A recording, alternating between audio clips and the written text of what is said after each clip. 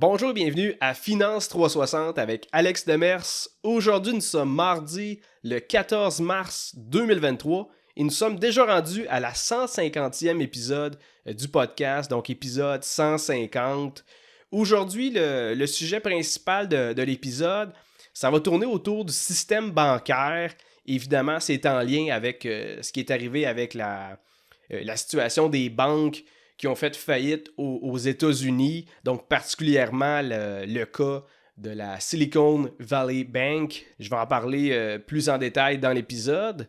Je vais commencer par qu'est-ce qui se passe aujourd'hui sur les marchés financiers. Donc, on peut voir tous les indices boursiers qui sont dans le vert. Donc, c'est très positif ce matin. Et c'est entre autres parce qu'on a obtenu les données de l'IPC pour le mois de février aux États-Unis. On parle d'un taux d'inflation annuel de 6%.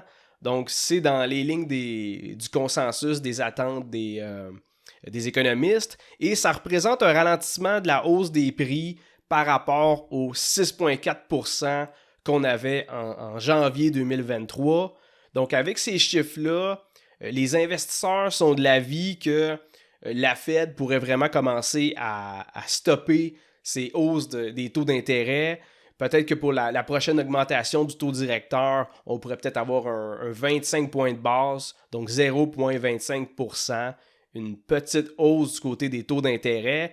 Mais bref, ces chiffres-là, c'est vraiment ce qui explique l'optimisme de ce matin et c'est ce qui pousse les marchés fortement à la hausse. Il faut savoir que la semaine passée, c'était pas aussi rose sur les marchés boursiers.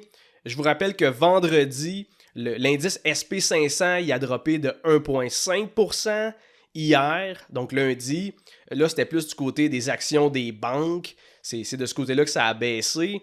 D'ailleurs, mention spéciale à la banque régionale First Republic. En fait, les actions de First Republic qui ont droppé de 60% hier, donc en une seule journée.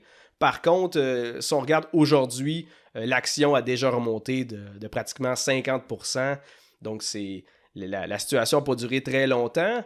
Et c'est ce qui m'amène à revenir sur la saga de la faillite de la Silicon Valley Bank, donc le SVB, et aussi de vous parler de l'intervention du gouvernement et de la Fed pour en fait venir sauver l'argent qui était dans les comptes pour les clients de ces banques-là.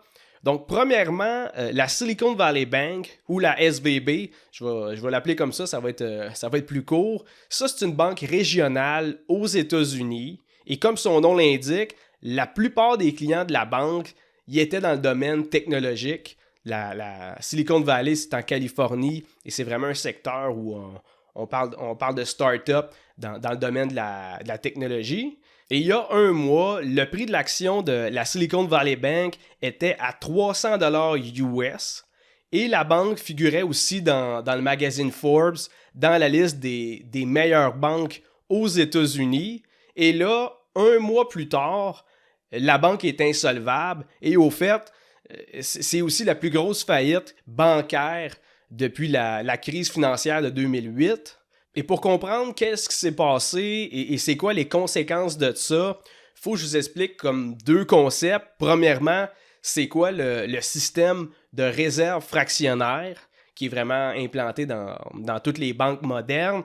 Et aussi, c'est quoi une ruée bancaire, donc le run to the bank. C'est quoi qui se passe avec ce phénomène-là. Donc, je vais commencer par vous parler du système de réserve fractionnaire pour que vous compreniez bien comment fonctionnent les banques d'aujourd'hui.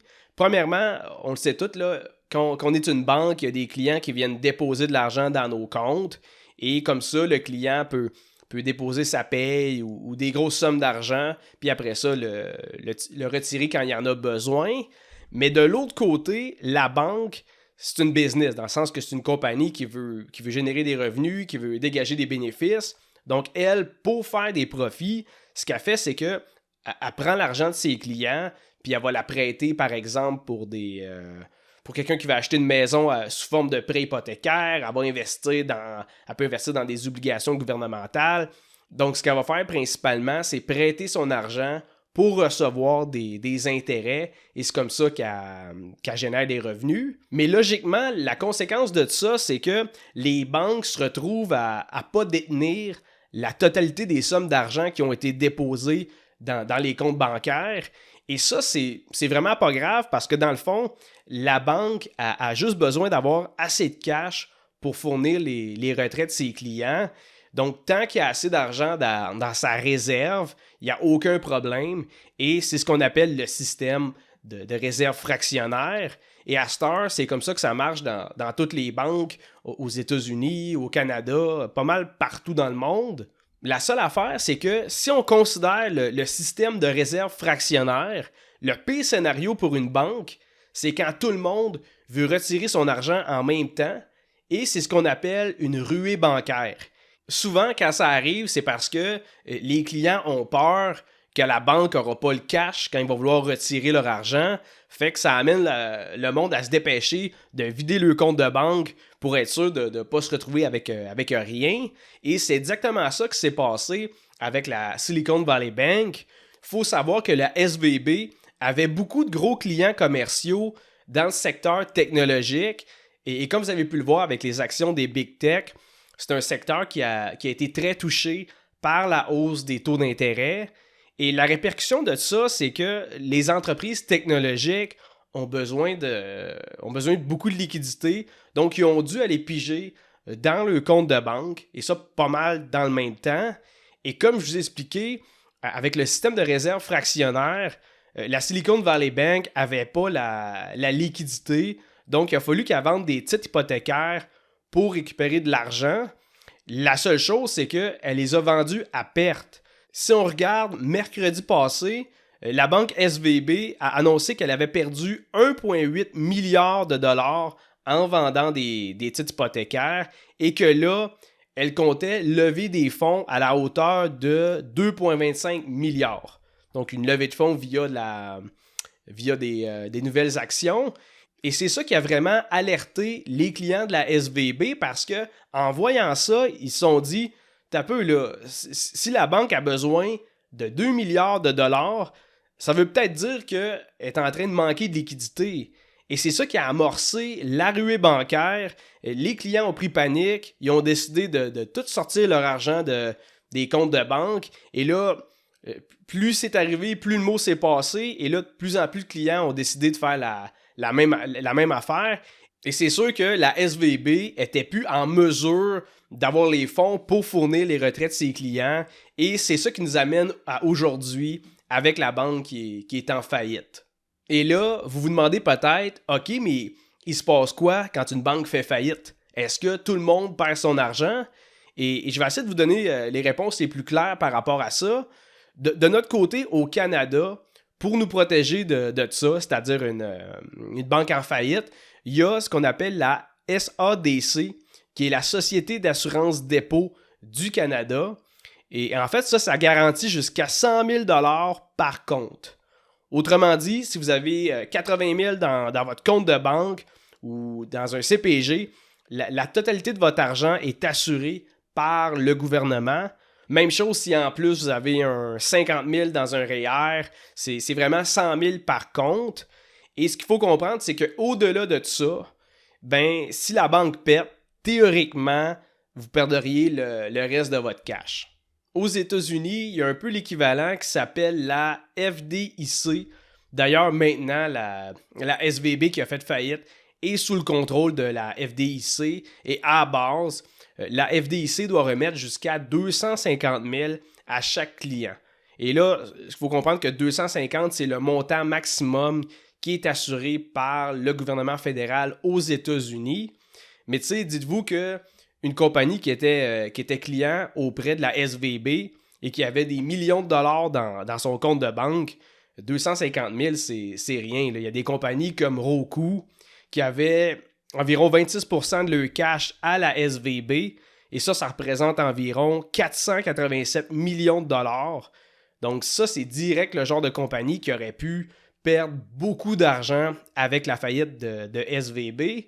Et peu importe la suite des choses, c'est garanti qu'il va y avoir des répercussions sur d'autres institutions financières. Puis oui, la SVB, c'est une banque régionale, donc ça ne se compare pas à Goldman Sachs ou encore JP Morgan, mais ça reste que SVB avait plus de 209 milliards de dollars en actifs, donc c'est pas rien non plus.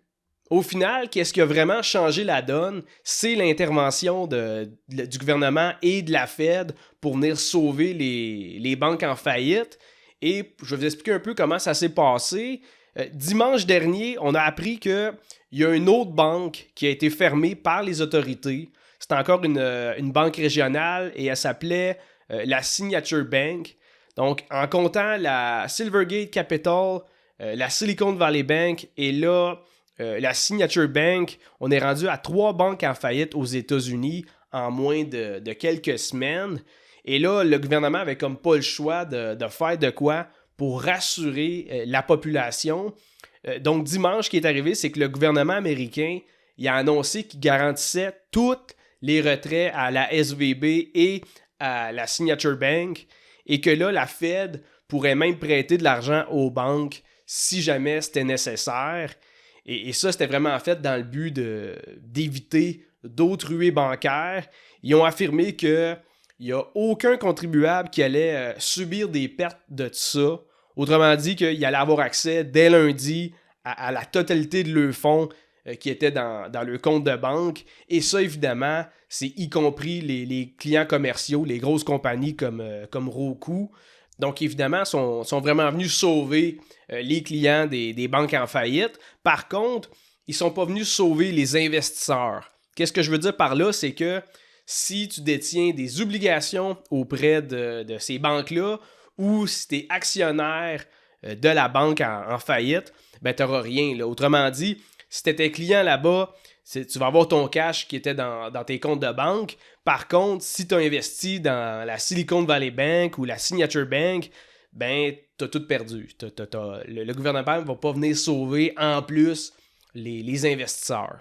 Et tout ça, ça peut sembler très réjouissif, dans le sens que, youpi, les clients n'ont pas tout perdu, puis on est venu sauver toutes les compagnies qui avaient des fonds dans cette banque-là.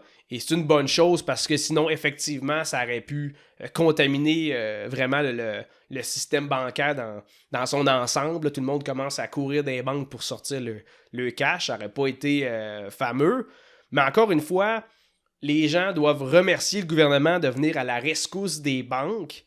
Mais il y a un autre côté de la médaille pour ça. C'est-à-dire que si les institutions financières sont toujours backées par le gouvernement, ça permet indirectement aux banques de prendre plus de risques puis de faire des moves qu'ils n'auraient pas fait normalement s'il n'y avait pas une assurance sur les dépôts de leurs clients. Parce que s'il n'y avait pas cette protection-là fournie par l'État, le monde devrait faire pas mal plus de recherches avant de choisir une banque pour y mettre tout leur argent durement gagné. Et je pense pas que de garantir la totalité des fonds d'une banque, c'est la meilleure approche pour le gouvernement parce que ça vient avec des conséquences. Assurer des dépôts non assurés, ça vient pas régler la problématique sous-jacente.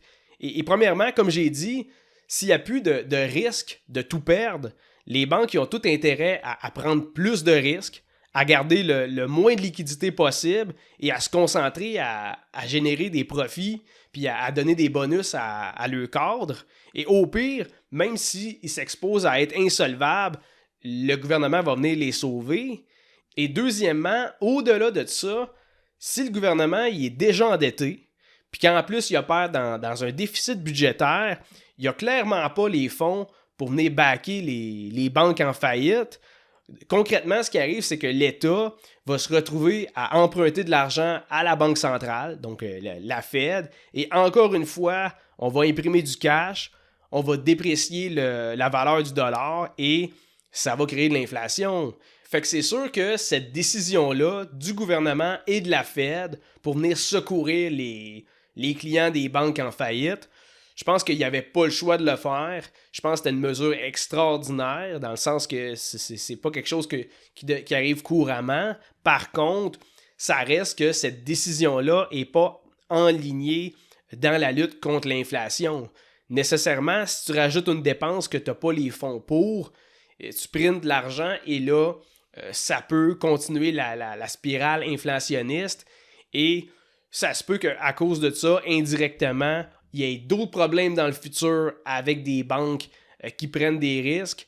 Et une chose que je veux vous parler avant de finir l'épisode, c'est que je pense que je me suis trompé sur l'effet de la hausse du taux directeur envers le secteur des services financiers. J'ai cru à tort que la hausse des taux d'intérêt, ça allait être bénéfique pour les banques. Et là, après coup, je pense que je me suis trompé parce que j'ai l'impression que présentement, que ce soit les banques américaines ou canadiennes, les banques n'ont pas une tonne d'argent à leur disposition.